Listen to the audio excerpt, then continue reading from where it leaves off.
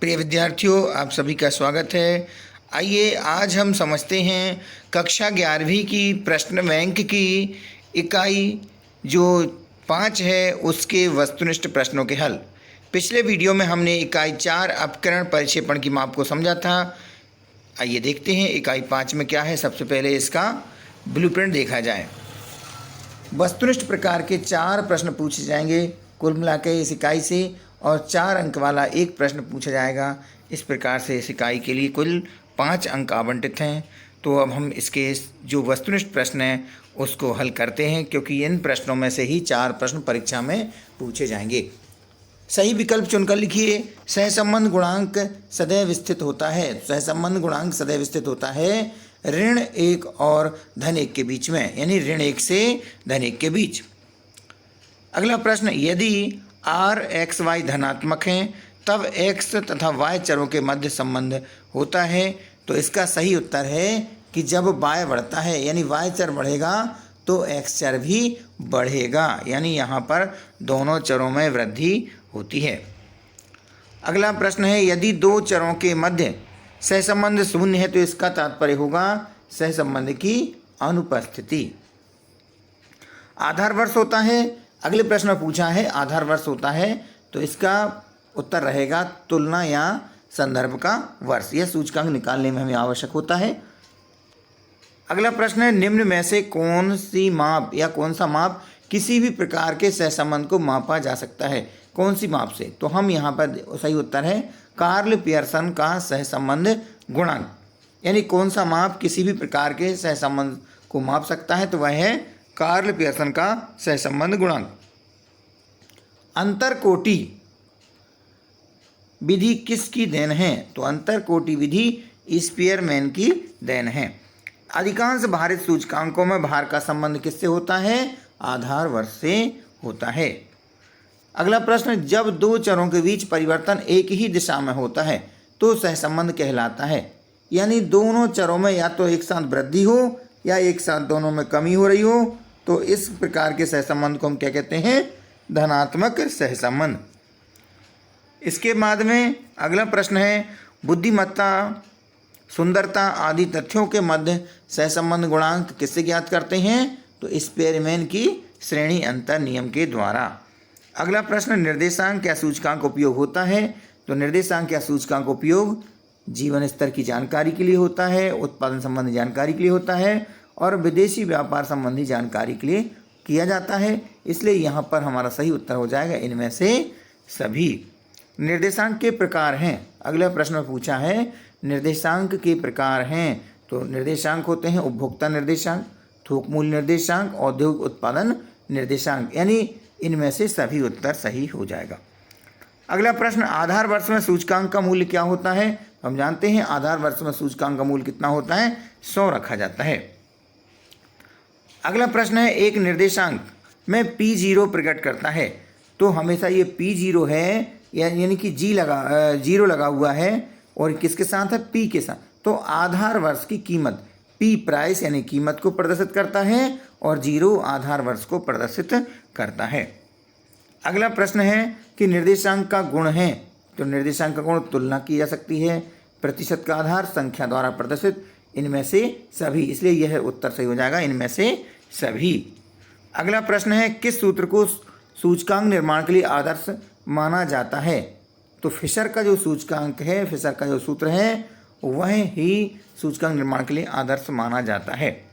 अगला प्रश्न है, रिक्त स्थान भरिए। यहाँ पर रिक्त स्थान मेरे द्वारा भरे गए हैं, मैं आपको यहाँ समझा दे रहा हूँ।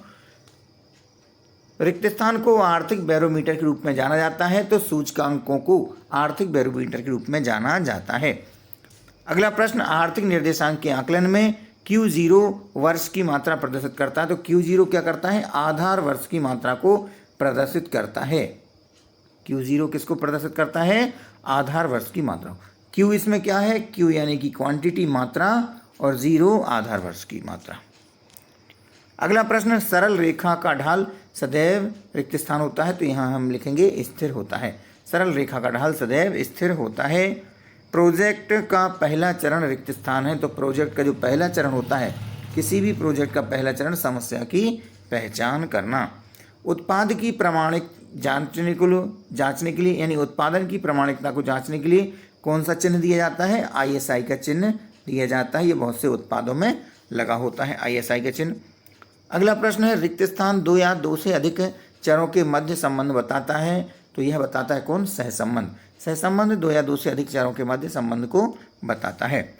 अगला प्रश्न कीमत तथा मांग के मध्य रिक्त स्थान संबंध होता है। तो कीमत और मांग में विपरीत यानी कि ऋणात्मक संबंध होता है। तो यहाँ विपरीत भी लिख सकते हैं और ऋणात्मक भी लिख सकते हैं।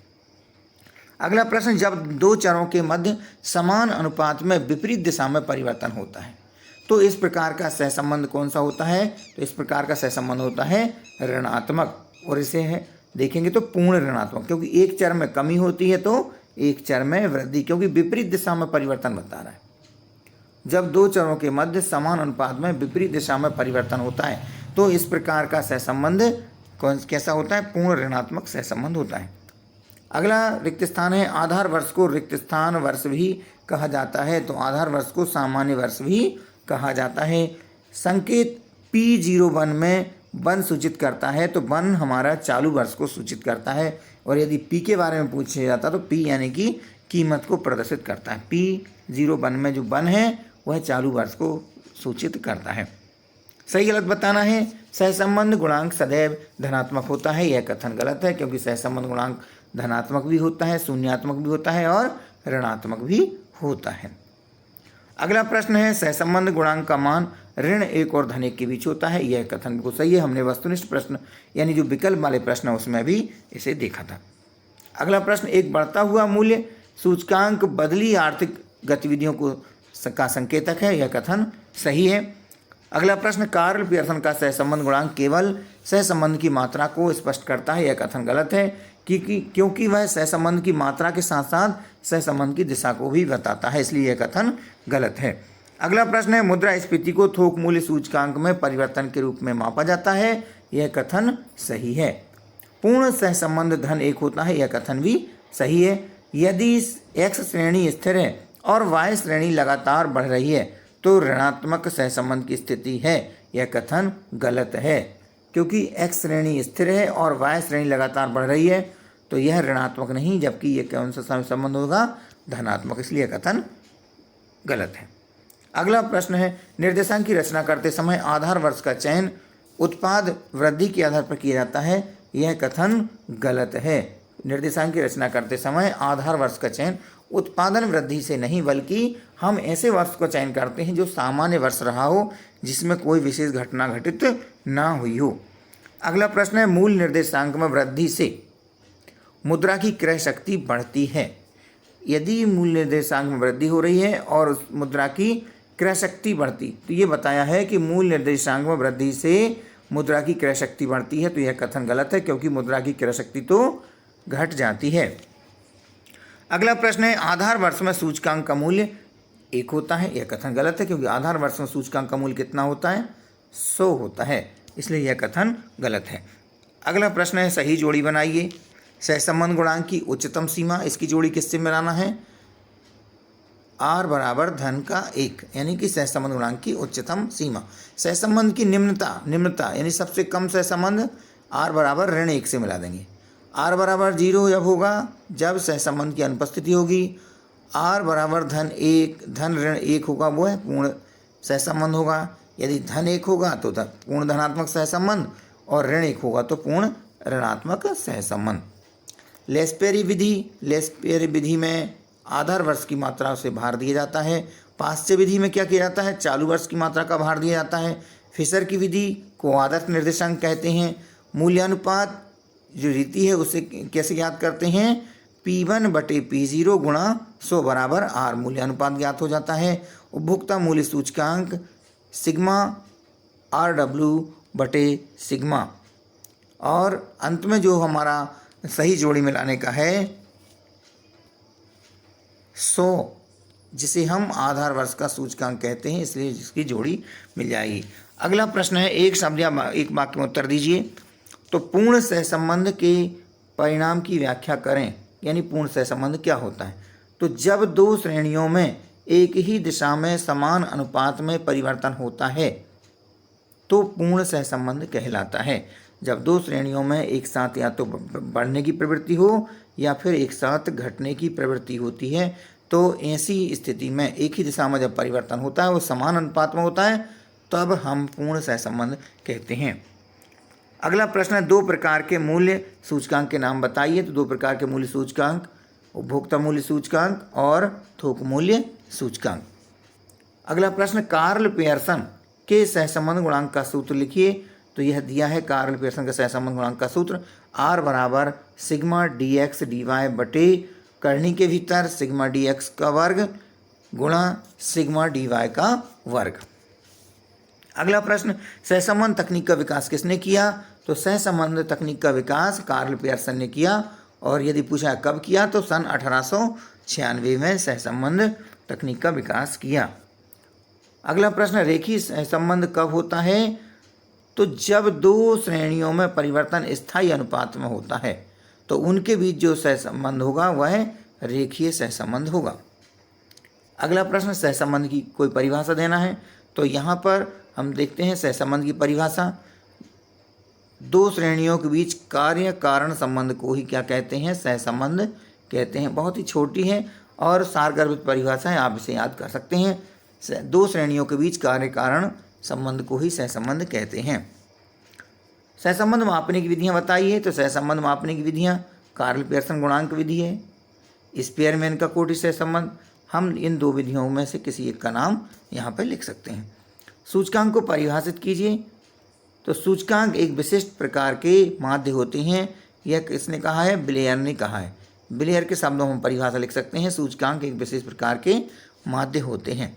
आप चाहें तो कोई दूसरी परिभाषा आपने याद की हो तो वो लिख सकते हैं। सूचकांक की सीमाएं क्या हैं? यानी सूचकांक की हमें कमियां बताना है तो सीमित उपयोग होता है, सामान्य रूप से ही सत्य होते हैं, पूर्णतः शुद्ध नहीं होते। इस प्रकार से हम सहसंबंध की सीमाएं बता देंगे। अगला प्रश्न है, इरविन फिशर यानी फिशर द्वारा भारित सूचकांक निर्माण में दिए गए सूत्र को बताना है। तो सूत्र क्या है? फिशर के द्वारा सूचकांक दिया गया है, वह सूचकांक ये दिया हुआ है कि P01 बराबर करनी के भीतर सिग्मा P1 Q0 बटे सिग्मा P0 Q0 गुणा सिग्मा P1 Q1 बटे सिग्मा P0 Q1 और गुणा करना है हमें 100 से। तो इस प्रकार से ये सभी वस्तुनिष्ठ प्रश्न हो गए हैं। इसके बाद जो 4 अंक वाले प्रश्न हैं आपको यहाँ डिस्प्ले में दिख रहे होंगे। आप चाहें तो इन प्रश्नों को नोट कर सकते हैं और इनको हल करके आप देख लें, क्योंकि वार्षिक परीक्षा में इन प्रश्नों में से अधिकांश प्रश्न आने की पूरी संभावना है। मिलते हैं अगले वीडियो में जिसमें हम विकास नीतियाँ और अनुभव इस इकाई के प्रश्नों को हल करेंगे। तब तक के लिए नमस्कार। यदि आपको ये वीडियो अच्छी लगी हो तो आप अपने मित्रों को शेयर करें, क्योंकि आपको बता दूं कि 9वीं से 12वीं तक के विद्यार्थियों के लिए मैं सामाजिक विज्ञान और अर्थशास्त्र विषय की वीडियो समय पर लेके आता रहता हूं। तो आप सबने इस वीडियो को देखा, आप सभी का बहुत बहुत धन्यवाद।